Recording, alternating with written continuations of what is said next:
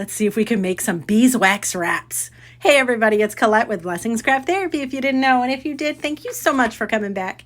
All right, so the recipe is a cup of beeswax, a half a cup of pine resin, and 2 tablespoons of jojoba oil. I got all my stuff on Amazon, and I'm putting it all in this wee little tiny crock pot. I never used it for anything, so I figured, why not? Here we go.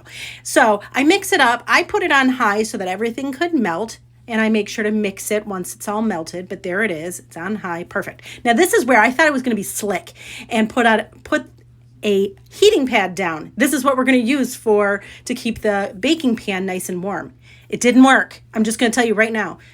I also am using some pinking shears, and this is some pretty fabric, coordinating fabric. I cut mine into squares. I think they were probably 7 by 7 or 9 by 9, something like that. And this is okay. So I'm going to show you how not to do it.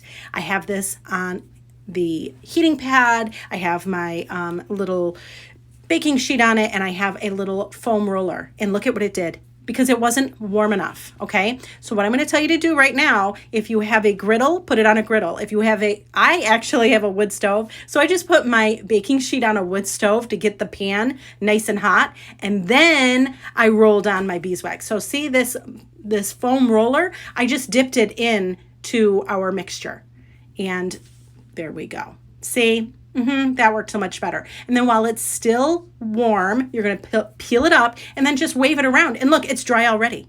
Now, this is one of the ones I did earlier. It totally didn't work. So I just heated the pan up with the thing on it and then just kind of squeegeed off the excess. And I salvaged it. It's awesome, right? And here we go. Again, I did wee little ones. I think these was like maybe 7 by 7.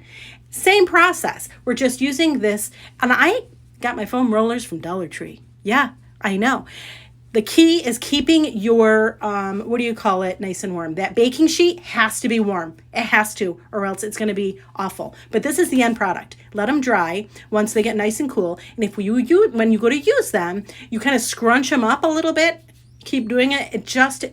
When you do that, the warmth of your hands activates that stickiness. And let me show you how I put them on. So I have a cup that I'm using to put them on, and all you do is make sure that you adhere the wrap to itself. And look at it works like a charm. Is it a little tacky? Yes. And I mean tacky as in tactile, not without taste. But here, let me show you how I did this one with a little bowl, and I put water in it because I wanted to show you that it will be watertight. I know.